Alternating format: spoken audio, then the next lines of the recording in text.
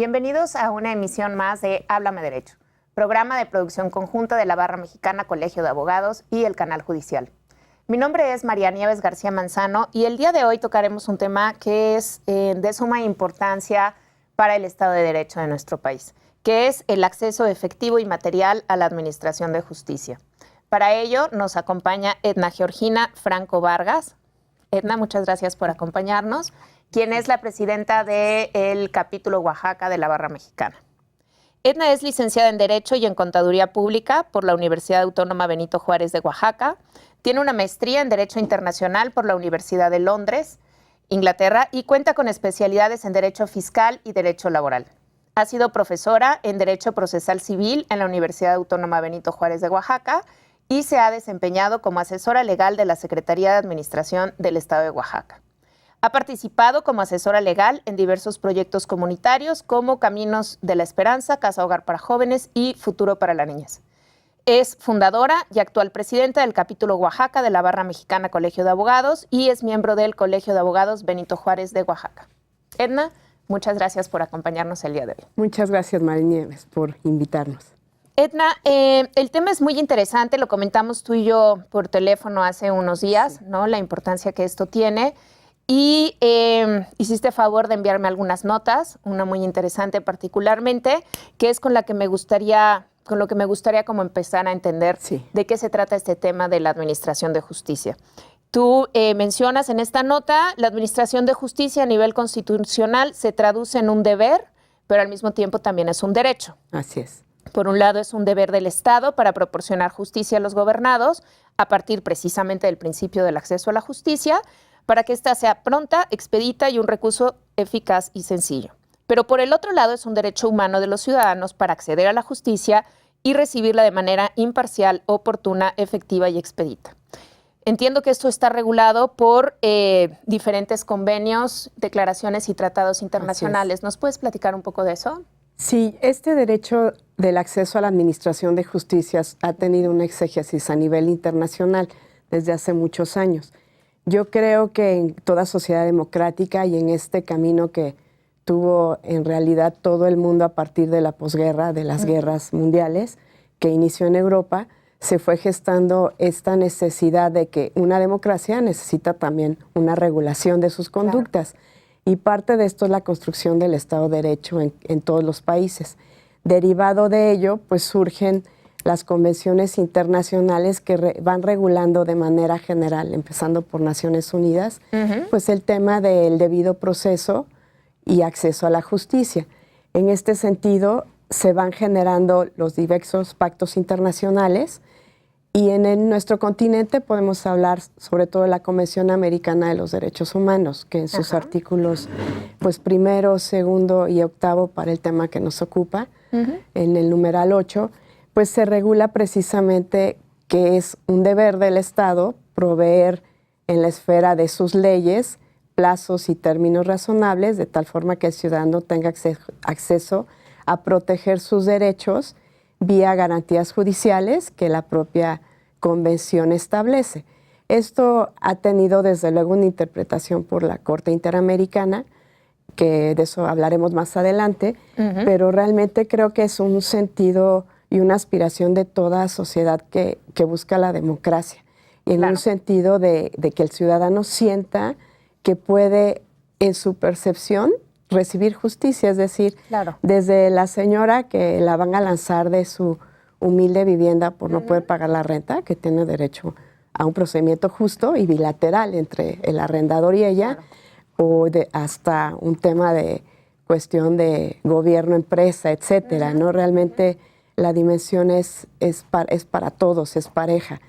Y en este sentido, la Convención pues plasma estos derechos, los ha interpretado y se traspolan también, por ejemplo, al Pacto de los Derechos Civiles y Políticos, que también establece que en los procesos se deberá tener acceso a una justicia pronta. Claro, sin dilaciones indebidas, ¿no? Así es. Ahora, ese tema de pronta pues queda a la interpretación y queda a la realización material, como decía el título del programa. En este sentido, pues nuestra Constitución política también pues recoge estos es el espíritu de la legislación internacional, del derecho internacional, en el artículo 17, a su vez las distintas constituciones locales también. Claro. Pero realmente creo que es un derecho humano al debido proceso, y dentro del debido proceso que sea ágil, pronto, completo, imparcial, claro, expedito. Porque finalmente hay 3 puntos que acabas de comentar que me parecen fundamentales, ¿no? Que es, nosotros hemos comentado mucho en este programa respecto al Estado de Derecho, ¿no? ¿Qué es el Estado de Derecho? ¿Hacia dónde va el Estado de Derecho? Cómo, desde el punto de vista hasta de los abogados, ¿no? Cómo nosotros formamos parte del Estado de Derecho y cómo para nosotros somos los primeros responsables de que salga adelante y de que se cumpla.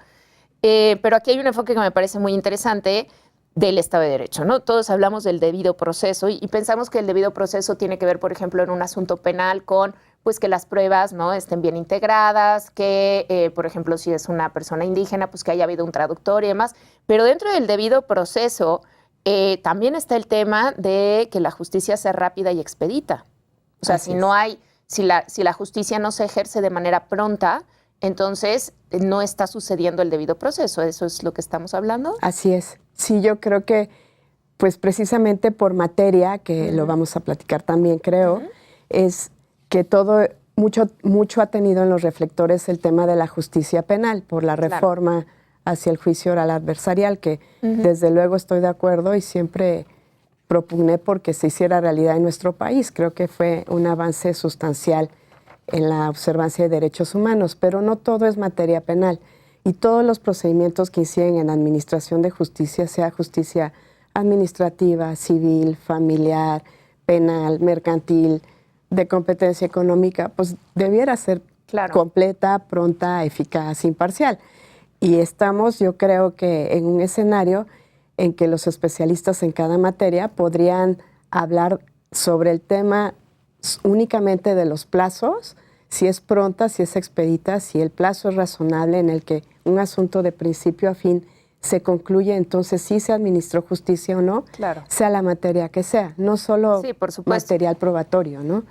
Sí, porque revisando, ¿no?, esto que me mandaste también de las jurisprudencias internacionales, pues y finalmente, ¿no?, de lo que tiene que ver con la Corte Interamericana, bueno, pues hay muchos temas que son interesantes, pero que fundamentalmente a lo que se va es a no hay forma de que el Estado se eche para atrás de este ejercicio de la justicia pronta y expedita, ¿no? Fundamentalmente. Sí, yo leyendo estas sentencias de la Corte que, pues sí, ¿por qué las hemos estudiado o por qué me metí al tema? Fue derivado de la inercia en que advierto estamos en el país, ¿no? Sí. Si bien es un tema también de corte internacional, porque en muchos países se habla de que la justicia es dilatada, que no es pronta, que no es expedita, también en el país que nos ha pasado esto y que hay un caso en contra del Estado mexicano, pues sí, realmente el caso Castañeda, pues realmente el Estado, al haber firmado y aceptado la convención, pues sabemos que está obligado a cumplirla, no hay de otra, ¿no? Claro. Y la Corte ya ha fallado, pues que no hay una situación de excusa para el Estado, ni de cuestión de infraestructura material, ni presupuestal, ni por cuestión Claro, porque lo que dicen precisamente en esa jurisprudencia es que los recursos deben de tener efectividad, ¿no? Y que en el caso, obviamente, de que en el que se tarda, ¿no?, pues entonces no está siendo efectivo. Sí, entonces el Estado está incumpliendo. Claro, claro. Porque hay una que además me llamó muchísimo la atención, que es esta de Brasil, ¿no?, que estaban de vacaciones y que entonces, esa es buenísima. Está buenísima. Esa es buenísima. O sea, estaban de vacaciones, ¿no? Aquí está, Brasil, Garibaldi contra Brasil. Brasil alegó que la duración de la investigación se debió a las vacaciones reglamentarias de algunos funcionarios públicos, a la realización de diligencias en otras jurisdicciones y al cúmulo de procedimientos a cargo de las autoridades estatales. O sea, es decir, es algo que sucede en América Latina en general, ¿no? Y que se llegan verdaderamente a poner este tipo de pretextos como las vacaciones para no impartir justicia. Así es, que realmente también pasa en nuestro país. Claro. O sea, en muchas materias, pero bueno, aparte ahorita me meteré un poquito en Oaxaca. En Oaxaca no hay guardias solo en materia penal. Ok.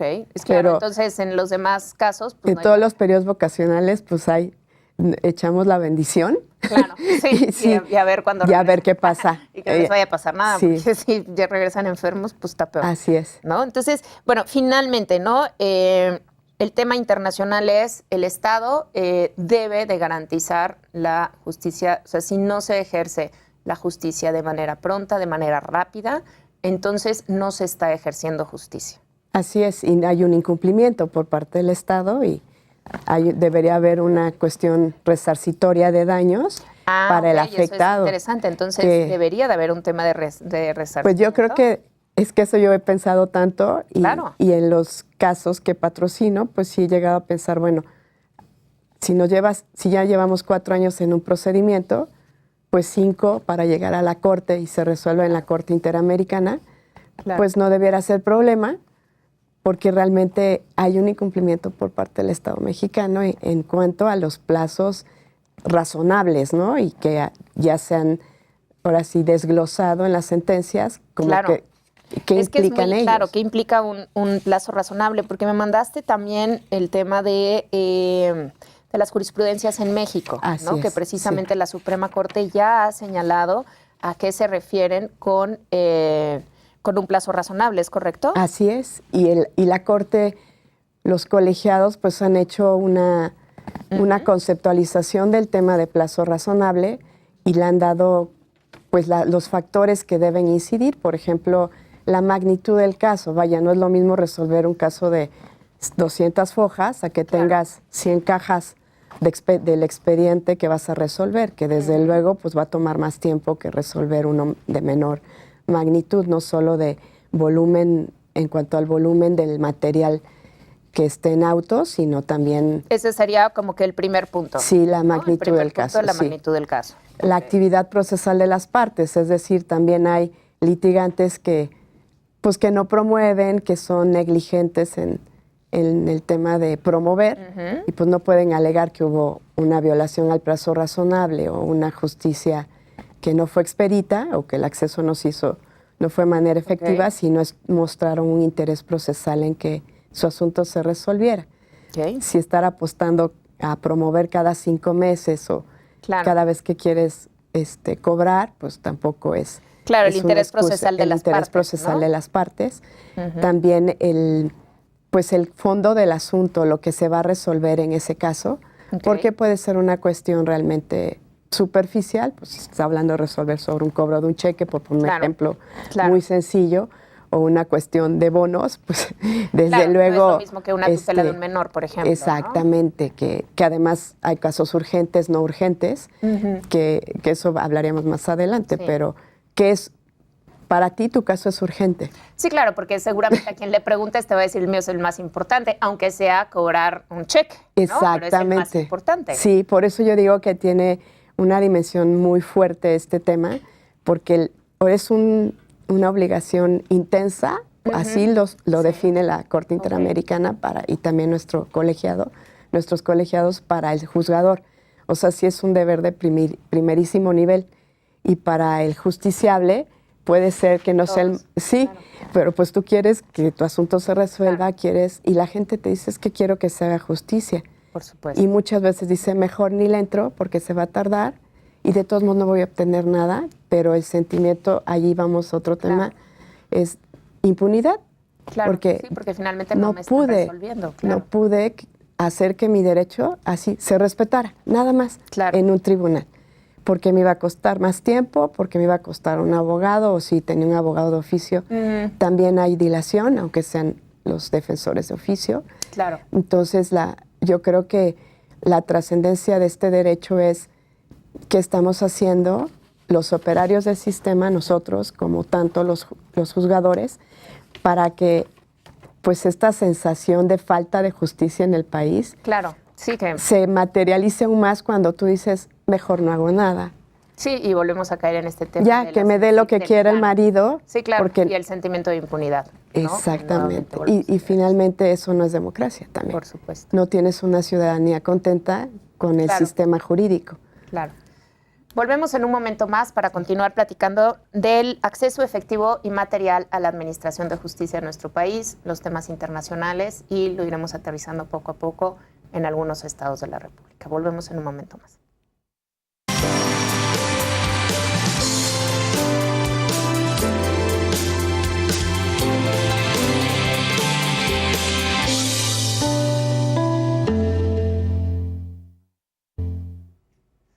Bienvenidos de regreso. Seguimos conversando con Edna Franco, presidenta del capítulo de Oaxaca, de la Barra Mexicana, respecto a la administración de justicia. Cuando esta es pronta, expedita, que dicen los convenios internacionales, vamos a abordar en este bloque qué dice la legislación mexicana, qué dice nuestra propia Constitución, y después hablaremos un poco de los estados.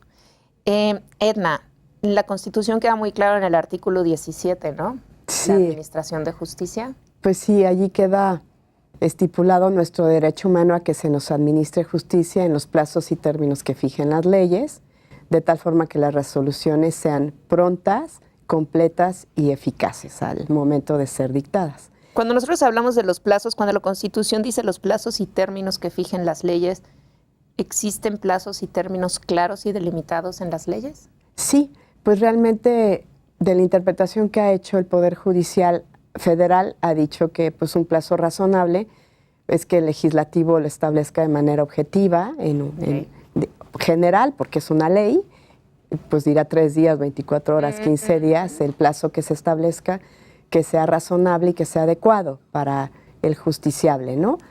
Esta definición, pues ya yo creo que es como muy clara. El tema es cómo se aterriza a la luz de la incorporación del derecho internacional de que hablábamos en un procedimiento que esté en un juzgado en el distrito de Huixtla en Chiapas o de Etla en Oaxaca, no sé. Sí, cómo llega esas resoluciones de la Corte Interamericana a materializarse. Así es. A lo mejor nunca sucede, ¿no? Sí, que pues aunque lo hagas valer, pues igual dirán, sí, está muy bien, pero aquí sí, no gracias, tenemos, aquí no hay tiempo, claro, ¿no? No tenemos el tiempo para resolverlo como tú quieres, aunque nos den 3 días para proveer, como por regla general, ¿no? Cada petición escrita que llegue a un tribunal, sí. No se cumplen esos plazos. Sí, claro, finalmente no sucede.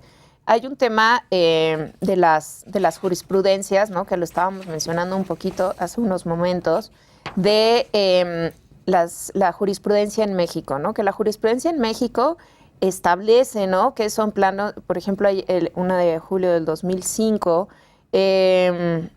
plazos generales, razonables y objetivos generales que sean comunes a los mismos procedimientos y a todos los sujetos que se sitúen en la misma categoría de parte, razonables, que sean prudentes fundamentalmente, y tanto para el actuar de la autoridad como para el ejercicio del derecho de la defensa de las partes. O sea, no solamente es, tiene que haber también tomarse en cuenta este tema del que hablamos al principio, los derechos de las partes. Entonces, el tiempo que requiere la defensa, o sea, tampoco puede ser tan rápido como para que tú no puedas integrar la defensa de tu defendido, ¿no? A eso me imagino que se quiere referir cuando hablan de razonables y, bueno, pues objetivos, ¿no? Que se delimiten en la ley, que era lo que comentabas tú hace un momento, que en la ley quede claro, ¿no? Cuáles son esos plazos que se tienen que cumplir.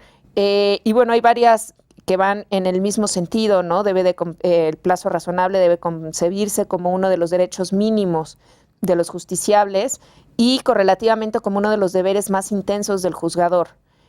Y que aquí dice algo muy interesante, ¿no? En esta jurisprudencia que me enviaste, que me parece muy interesante, pero cada caso, cada asunto, se traduce en un examen de sentido común y sensata apreciación de cada caso concreto. O sea, la magnitud son estas cosas que decías tú que había que valorar, ¿no? La magnitud. Pues esa parte a mí también me llamó mucho la atención, hasta puse SS, porque es sentido común y sensata apreciación. Claro. Sí. Y dices, bueno, es que cuando un justiciable no recibe la respuesta en tiempo, para él no hay ni sentido común. Claro, ni sensato, mucho menos mucho menos hay sensatez por parte del juez o de quien esté resolviendo. Pero yo creo que realmente cada juzgador sí sabe. Yo creo que los jueces, si llegan a ser jueces, claro, ya llevan un proceso. Tienen realmente una carrera, bueno, que también eso hablaba yo en las notas que te envié, que para que esto sea verdad también necesita haber una carrera judicial de fondo y cierta, y que le dé certidumbre a quien participa desde que es un meritorio y que entra con la aspiración de servir, porque yo sí creo que hay gente que en el Poder Judicial de los estados y federal que tienen esta vocación de servicio y que la traen así tatuada en el corazón, de verdad. Claro. Pero también se topan con pared cuando no hay una defensa y un límite al poder público en cuanto a, pues ya hemos visto cuántas cosas están saliendo sobre pues yo tengo un amigo magistrado, hay hasta novelas del tema de cómo puedo entrar y al rato ya soy magistrado y no hice carrera judicial o juez. Y creo que eso también genera mucho enojo a nivel interno por parte de los juzgadores. Es decir, sobre todo de los que sí están ejerciendo una carrera. Pues si tú llegas con esta vocación, claro que vas a tener sensatez y sentido común. Pero si llegas por una dádiva política o por un favor personal o familiar, pues no, difícilmente si no es tu vocación, ¿cómo vas a poder hacerla bien? Entonces, ¿cómo vas a tener esa sensibilidad para poder entender precisamente la magnitud y la relevancia que tiene el que tú tomes una decisión rápida o no? Sí, cada caso yo creo, esto de la sensatez, que podemos decirle hasta a nuestros hijos, es que sé sensato cuando vas a una fiesta o lo que sea. Igual es sé sensato en resolver. ¿Cómo le pide uno esto a un juez? Solo cuando tiene la empatía con cada expediente. Y pues si es juez y tiene 100 o tiene 1000, pues ese es su trabajo, ahí está. Claro. Y a lo mejor nosotros nada más tenemos 3 casos en ese juzgado. Sí. Y quizá lo vemos. Tienes 1000 expedientes, ¿no? Pero él sí tiene 1000 expedientes. Exactamente. Entonces, pero eso es lo que está sujeto a su arbitrio. Porque si hay un tema que es importante, lo comentábamos en el corte, ¿no? Relacionado con esta excesiva carga de trabajo que hay en los tribunales, y que comentábamos casos como, por ejemplo, el de España particularmente, en el cual si tú inicias un procedimiento contra una persona y no lo ganas, no solamente tienes que pagarle los abogados a la contraparte que demandaste, sino tienes que pagar también las costas del juicio. Hay un tabulador de cuánto cuesta cada juicio. Es decir, echar a andar la maquinaria de administración de justicia, si tú no tienes un caso sólido, te cuesta mucho dinero. Entonces, simplemente evitas llegar a un extremo de un tribunal cuando no tienes la certeza de que vas a ganar. Eso en México no sucede. No, pues desafortunadamente no. Yo creo que hemos dado, pasos muy pequeños en legislaciones como la mercantil, ¿no? En cuanto a costas, en cuanto a pago de peritos, algunas legislaciones comunes pues también regulan que pagues al perito oficial, pero realmente no creo que tengamos una garantía judicial en este sentido. Es decir, no estamos hablando solo de los juzgadores, sino también de nosotros como operarios, que es una gran responsabilidad, es cómo llevas tú el derecho al tribunal, cómo lo ejerces, lo utilizas para bien del ciudadano o abusas del derecho, que a veces es un abuso que dices, no, este es bien chicanero y te hace, y entonces él es el buen abogado, el que dilata el procedimiento indefinidamente y dices, bueno, este es como una incongruencia notoria, aunque nuestro código de ética... Lo que lleva también a recargar en muchísimo la carga de los propios tribunales. Exactamente. Y que claro, si tú tienes 1000 o 2000 expedientes encima de tu escritorio que tienes que revisar,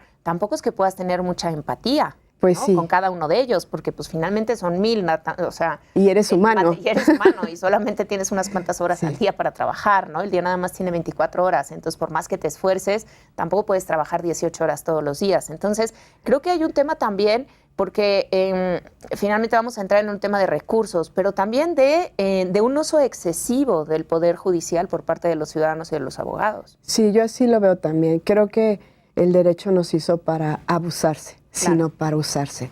Y en esta aspiración, aunque se oiga muy romántico y naif, aspirar a la justicia, yo sí creo que puedes aspirar de una manera objetiva y de una manera material.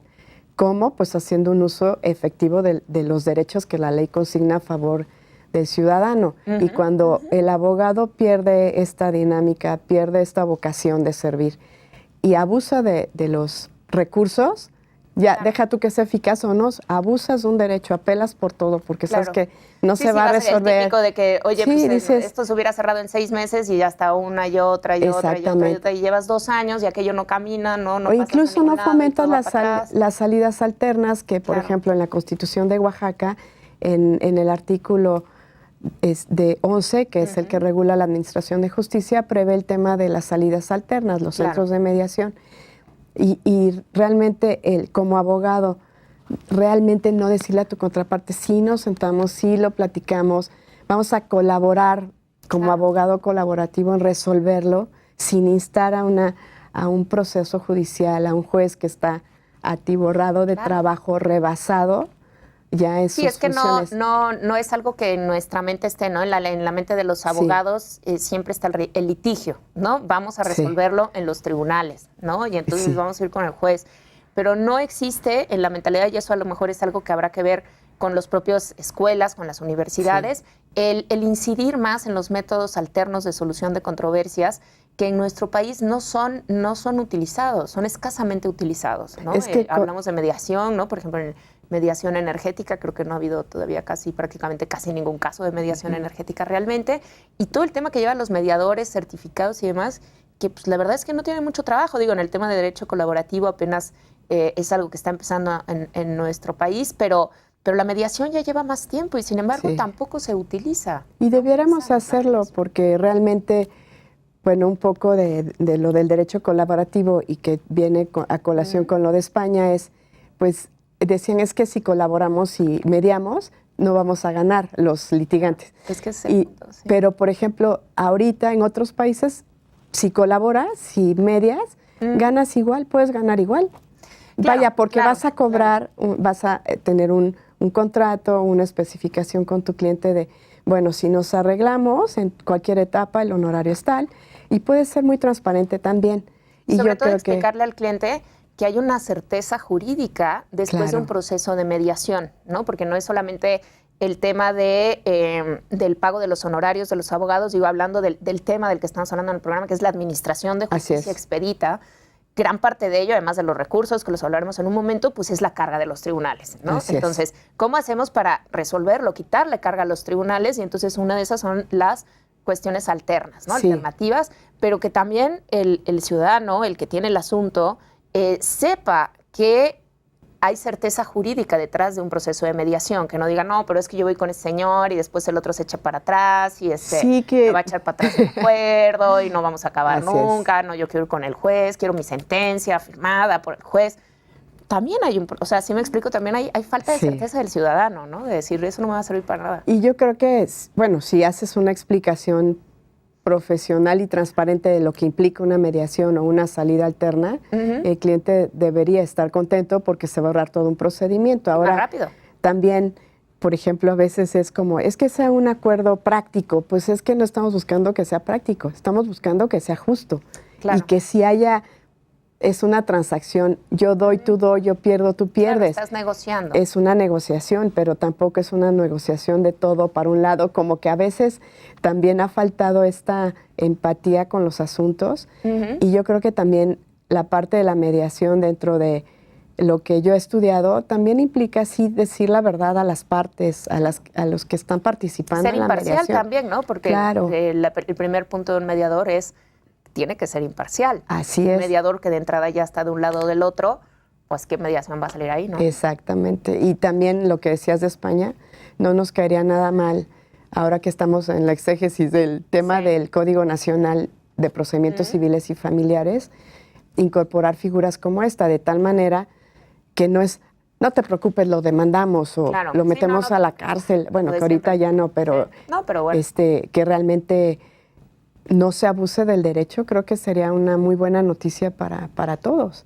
Claro, para la administración de justicia y para el Estado de Derecho. Y para los jueces, que supieran que no vamos a llevar demandas, no vamos a llevar demandas frívolas y notoriamente improcedentes, ¿no? Realmente a perder su tiempo. Sí. Sí, eso me parece fundamental. Sí. Y antes de ir al corte, me gustaría entrar en otro tema que también que creo que ya hablamos, ¿no? De la razón de la carga de los tribunales, pero los recursos. ¿qué pasa con los recursos? Ese creo que es como que la siguiente barrera infranqueable, ¿no? Para que haya una administración de justicia. Yo creo que es como un punto de origen de este problema, es decir, de una investigación que hicimos o de acceso a la información pública, pues advertimos el tema presupuestal. O sea, el tema del presupuesto al Estado de Derecho, a la Administración de Justicia, y aquí tocaría así como de lado la Procuración de Justicia,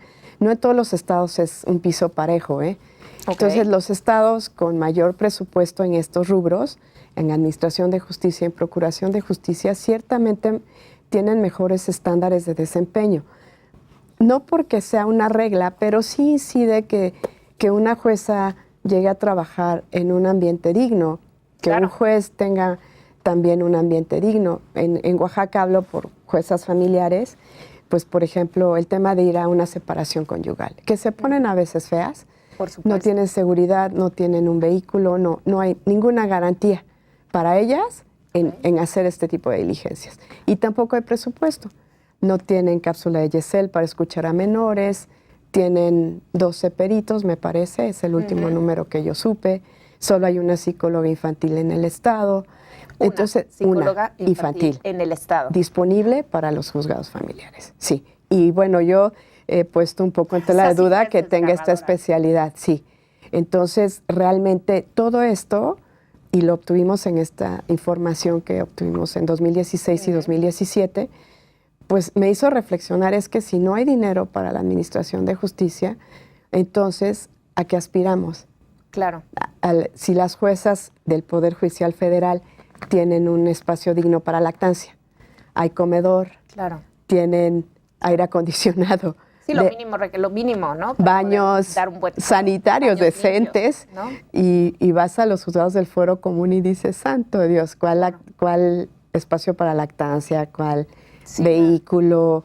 Prestaciones. Pues porque tú encontraste conclusiones que me parecen fantásticas, ¿no? Y que abordaremos con mucho detalle. En los estados en los que existe un mayor presupuesto, se advierte un mejor índice de desempeño. Así es. Sí. O sea, está directamente relacionado. Por supuesto. Si tú ganas un salario digno, un sueldo digno, pues te desempeñas mejor. Por supuesto. Porque no estás pensando en cómo le vas a hacer.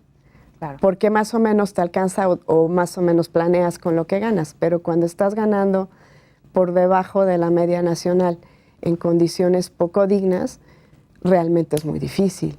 Y cuando la constante respuesta es que no hay presupuesto, entonces no se entiende que para un rubro tan importante no haya un presupuesto. O que, como es en muchos estados, que sí, cuando hay presupuesto luego ves instalaciones dignas, ves mayor fluidez. Mejor desempeño. Eso es lo que me parece interesantísimo. O sea, ese indicador, ¿no? Sí. Es un indicador clarísimo. Estados que tienen un mejor presupuesto para la impartición de justicia, para sus poderes judiciales, tienen mejores índices de desempeño. O sea, hay menos impunidad. Si hablamos de que el desempeño, la falta de desempeño lleva a la impunidad, claro. ¿podríamos hacer ese seguimiento lógico? Yo creo que todo va ligado, ¿no? Por el otro día alguien me decía, es que la corrupción no tiene que ver con eso, y le dije, pues sí tiene que ver, porque si hay funcionarios judiciales con sueldos raquíticos, por no decir ínfimos, y hay una ventana de un mayor ingreso, por hacer un servicio judicial extra. No, por notificar más rápido, por notificar al... por pasar tu expediente hasta arriba. Por pasar no ponerlo arriba. No tenerlo hasta abajo. Notificar bien. Sí. Entonces, ¿qué haces? Pues son humanos. Entonces, ¿cómo le hacemos nosotros también para hacer efectivo este derecho? Pues es que dignifica la función judicial. Dótala de un mayor presupuesto. Creo que diste una palabra clave, dignifica, respeta. O sea, ponlo, hazlo digno, ¿no? Digno de la tarea tan importante que tiene el Poder Judicial, la administración de la justicia. Hace unas semanas, poco antes del periodo vacacional, en un juzgado, llego a hablar con una actuaria y veo a una niña entre dos sillas. La niña se veía mal, la chiquilla, era como 7 años. Entonces, pues la verdad, le dije, ¿está enferma? Claro que tiene. Y sí, es la hija, ¿no? Y estaba ardiendo en fiebre. Ay, por favor, y estaba pobre. allí acostadita entre dos sillas. No sabes, de verdad me entró así como... Claro, pues ternura y compasión. Y Dije, pues es que esto no está bien, Claro. no está No bien. está bien. Porque la actuaria tenía que estar allí, en su chamba. ¿Dónde quedó el supremo interés de la infancia? No, pues, Digo, de eso ya ni hablamos. no, ya, ¿qué te puedo ni hablamos. decir? O sea, Claro, dices, sí. y la verdad que se quedan allí, como puse también, aquellos funcionarios que de vocación sirven y que me consta que están ahí dando alma, vida y corazón, Sí. y nadie les da las gracias. Claro. Porque Sí, además... No hay una gratificación, no hay Sí. un reconocimiento. De Deja esa tú que labor. les demos las gracias, es que ni su misma institución está respondiendo a la necesidad Claro. de que hay un espacio digno para, o que de veras está tan mala chica que si lo oye, ¿sabes qué? Llévala a un médico. No puedes estar aquí puedes con estar ella aquí así, con la niña con 40 años. porque no está por la chiquita, ¿no? Entonces, Claro. como esas cosas hay muchas, y yo sé que desde que le faltaba el tóner y el cliente dice, vele a comprar el tóner a la impresora de aquí del juzgado. Sí. Y pues son cosas que uno hace o que se hacen. No, claro, y que es eso o no hay sentencia. O como le haces. Claro. Y pues uno trata de ser tolerante. Claro. Porque además las propias resolutoras o el propio Poder Judicial dice, pues háganle como quieran. Claro. La carga es tanta que ni podemos, a nivel federal, incluso ves que hay ya los órganos auxiliares. Por ejemplo, ahorita los asuntos que tú aspirabas a llegar a la instancia, a la última instancia, porque era más pronta. Claro. Ahorita Sí, increíble. tampoco. Sí, Es 6 meses, 9 meses, hasta un año, una sentencia de amparo directo. Ahí hay la sentencia de Guatemala de la Corte Interamericana, ¿no? Que 3 años, creo que interpuso 5 amparos, si mal no recuerdo. Sí. Entonces dijo, la figura del amparo, en lugar de agilizar el procedimiento, lo hizo mayor, más retardado. Vamos a regresar en un momento para seguir hablando de este tema tan importante que es otorgarle más recursos al Poder Judicial. Es fundamental, importantísimo, está directamente relacionado con la administración de justicia. Volvemos en un momento más.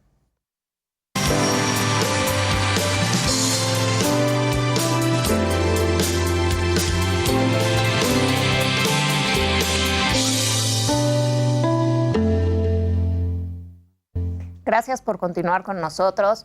Vamos a seguir conversando con Edna Franco, respecto al acceso efectivo y material a la administración de justicia.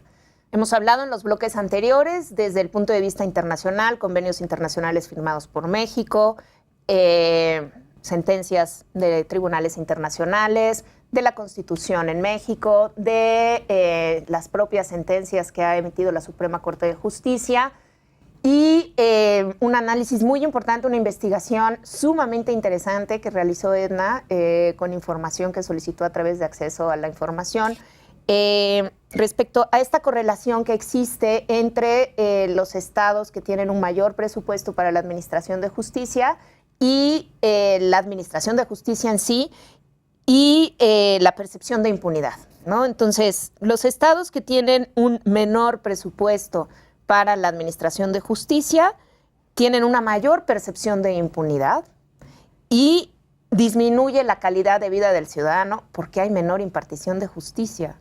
Es impresionante, o sea, llama mucho la atención. Sí. Podría ser muy lógico, pero el demostrarlo con cifras y datos es interesante. Sí, realmente esta información que solicitamos al Poder Judicial se derivó precisamente de observar en el día a día la inercia en que estaba pues, la administración de justicia, este estatismo de inacción, rebasados, exceso, un descontento en general del operario, del juzgador y del justiciable. Es decir, todos están inconformes. Sí, y es el que tiene asesor privado o tiene defensor público. Y es el juez mixto y es el juez de la ciudad.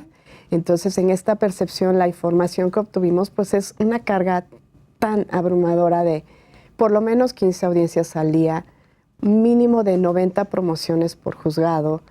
¿Qué te puedo decir? ¿Cuántas sentencias pueden dictar? Claro. Más comparecencias urgentes, más separaciones conyugales, más audiencias civiles de prueba.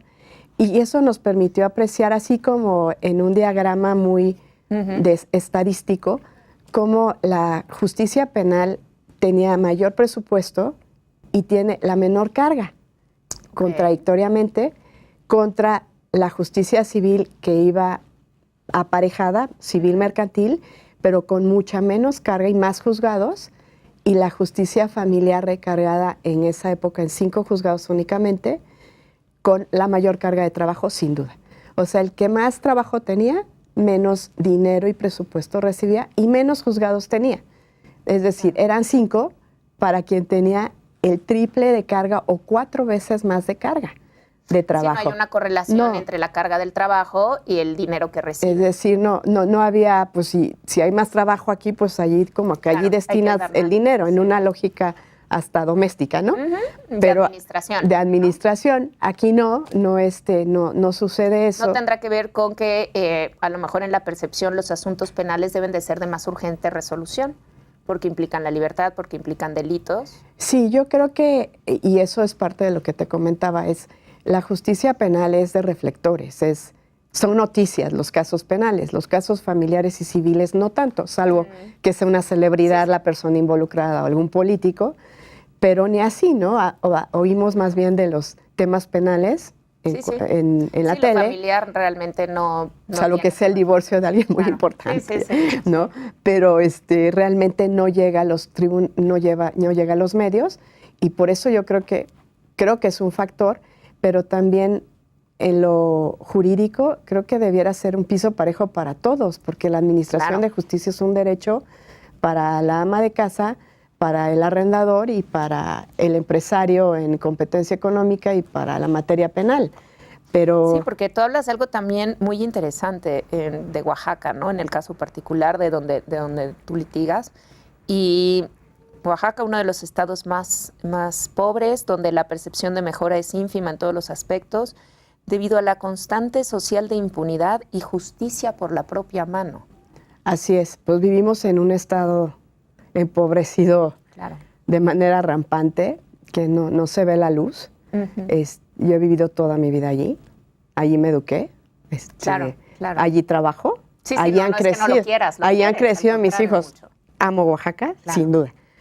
Lo que sí me parece, y nunca estaré de acuerdo y nunca compartiré, es que hay tanta desesperación y tanta impunidad que cualquier grupo social, así como los hay legítimos, hay ilegítimos, por supuesto, paran calles, toman avenidas, bloquean el derecho a la educación de los niños de nuestro estado, que tienen un atraso de más de 40 años en educación primaria, y lo digo también con números, sigo mucho este tema de educación, y no pasa nada.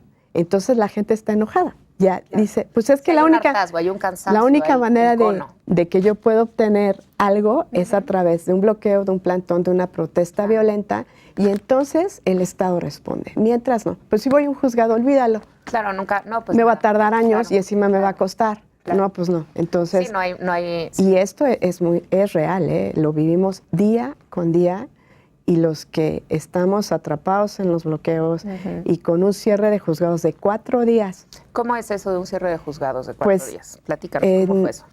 Hubo un cierre hace unos días, el mes pasado, de 4 días, 96 horas, que los juzgados todos estuvieron cerrados por una toma del gremio sindical del Poder Judicial. Yo no quisiera hablar del tema porque no lo conozco, solo sé lo que... Pero bueno, las afectaciones... La afectación sí la vivimos, y también, por lo mismo que ya expresé, estoy de acuerdo en que debe haber una mejora sustancial en el presupuesto para el Poder Judicial y para sus funcionarios, sin duda, y soy la primera en decirlo, que es una demanda legítima y debe ser atendida. No, y de urgente atención. Y debe ser atendida de inmediato, no nada más en una mesa de negociación, que no sabemos qué pasó, porque también yo ya solicité qué se habló en esa mesa y cuáles fueron los acuerdos. No hay nada publicado. Ok, o sea, nadie sabe qué pasó. No, nadie sabe qué pasó. Y las cosas nada más sale una nota que se había levantado el bloqueo por una plática del sindicato con la SEGEGO, la Secretaría General del Gobierno, en que participó un representante del Poder Judicial. Ok. No sabemos cuál fue la minuta, cuál fue el acuerdo. Claro, sí, va a haber una verdadera mejora sustancial en las instalaciones, no hay nada en los sueldos. No hay nada en los portales de transparencia. Sí. Entonces, ¿cómo sabemos cuáles fueron los acuerdos y quién garantiza que no vamos a volver a vivir un paro similar en todas las materias, Marinieves? Porque fue juzgados de control, fue civil y fue mercantil y fue familiar. Es que hablas de cosas, o sea, que me parecen, es que no las puedo creer. Carecen de equipo de cómputo y no tienen acceso a Internet. Sí, no hay Internet en la sede de los juzgados civiles. Pero es que entonces, ¿cómo checas el diario oficial de la Federación? No lo pueden checar. Pero es que no puede ser. No, es que hay secretarios que llevan hasta sus propias labs. Ajá. Bueno, mira, de verdad, yo he impreso sentencias y se las llevo como en carpetas ya impresas. Porque yo me pongo a pensar, con 15 audiencias, ¿a qué horas revisan? No, claro. No, bueno, y la jurisprudencia, ¿a qué horas no tienen para poner, a qué horas ponen el use y lo sacan, por ejemplo? Claro. Y yo pregunté, ¿cómo que no hay Internet? No, es que no da la instalación, es que no. Me dieron una serie de explicaciones hasta que se podía quemar la instalación del edificio, claro, porque no se podía meter el cableado. Yo dije, a ver, yo no soy técnica ni informática, pero o sea, no puede ser esa una razón. A mí se me hizo como intangible que no pudieran, si hay no, y más cuando el gobierno federal está hablando de llevar Internet a través de la red de CFE a todo el país y en todas las carreteras. Sí. Igual estaría bien en los juzgados, ¿no? Claro. Sí. En las ciudades, ¿no? No estaría mal, ¿no? Que pues, los juzgados. No, yo sé que es increíble. Es que es de risa, es una burla que no haya Internet. El equipo de cómputo, o sea, en un juzgado hay 6 computadoras, 7, incluida la de la juez. Y muchas veces, porque lo sé y lo he visto, me doy cuenta, es que llevan sus propios equipos de cómputo.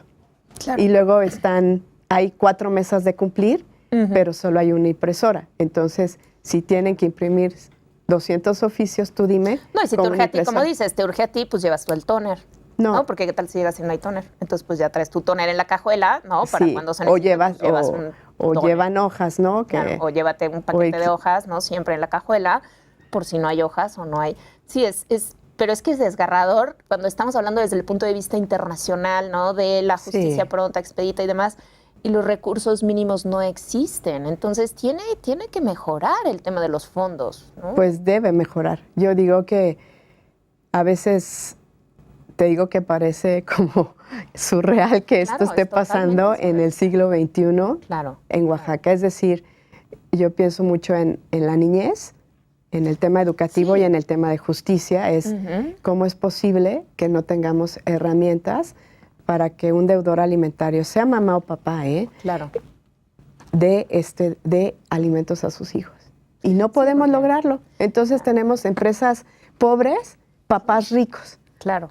O mamás ricas y las empresas pobres, y entonces no hay alimentos para los menores, y hay un gran discurso de acceso a la justicia para las mujeres, de los derechos de las mujeres, y el Día de la Mujer, y tú dices, y tú vas a los juzgados familiares y las mujeres están hechas pomada porque no hay justicia. Y la sensación es esta, Marinieves, no hay justicia. Hay impunidad. Hay impunidad, el gobierno no hace nada, no le importa. Entonces, todo es discurso y fotos bonitas. Sí, pero a la hora de que yo tengo un asunto, ¿quién me lo está resolviendo? Es muy fácil tomarse fotos y dar discursos sobre... No, y más, me parece muy interesante todo esto porque Oaxaca es uno de los estados con mayor conflictividad social, ¿no? Tanto frente a megaproyectos, ¿no? Todo el tiempo estás escuchando las noticias, ¿no? Contra el proyecto uno, contra el proyecto otro, etcétera. Es un estado con mucha conflictividad social en el cual no abona en nada el que haya esta escasa impartición de justicia, ¿no? en los tribunales locales. Sí, yo creo que sería una decisión de veras un consenso social de las fuerzas, incluso políticas, abonarle a este tema. Claro. Quien se ponga la camiseta, al final de verdad no importa, porque el beneficio va a estar ahí para la ciudadanía. Y somos una ciudadanía libre. La verdad es que así como somos conflictivos, somos gente muy trabajadora y gente con muchos valores, con un alto contenido cultural en las venas. O sea, amamos la buena comida, el arte. Sí, no, bueno, es un estado maravilloso. Nuestra... Muy culto. Sí, nuestros sitios arqueológicos, todo lo que tenemos, me queda clarísimo que lo amamos, pero ya estamos como en un sentimiento de veras que no se puede o que no hay voluntad para solucionar resolver temas tan sencillos como una dotación presupuestal.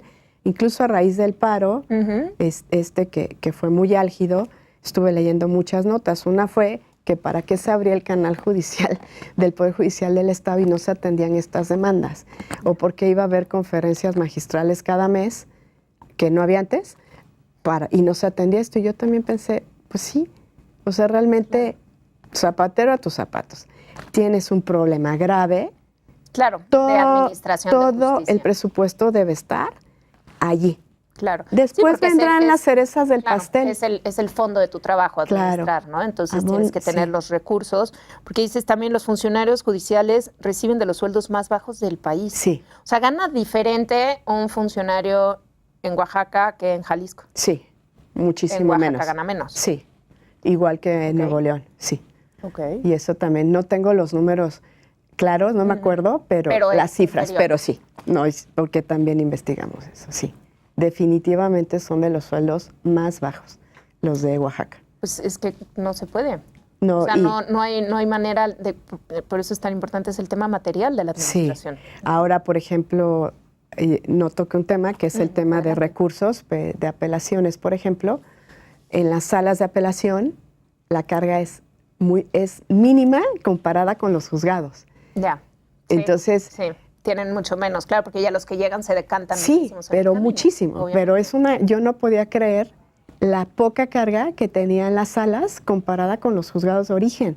Ya. Entonces, no hay una correlación tampoco entre los sueldos de los magistrados, que son muy respetables, ¿no? Pero me refiero, el tema debe ser equilibrado. Pero menos trabajo, mucho menos trabajo. Sí, ¿no? y muchas más prestaciones que el juzgador en Oaxaca. Entonces, como no es homologar, yo no estoy criticando el sueldo de la magistratura.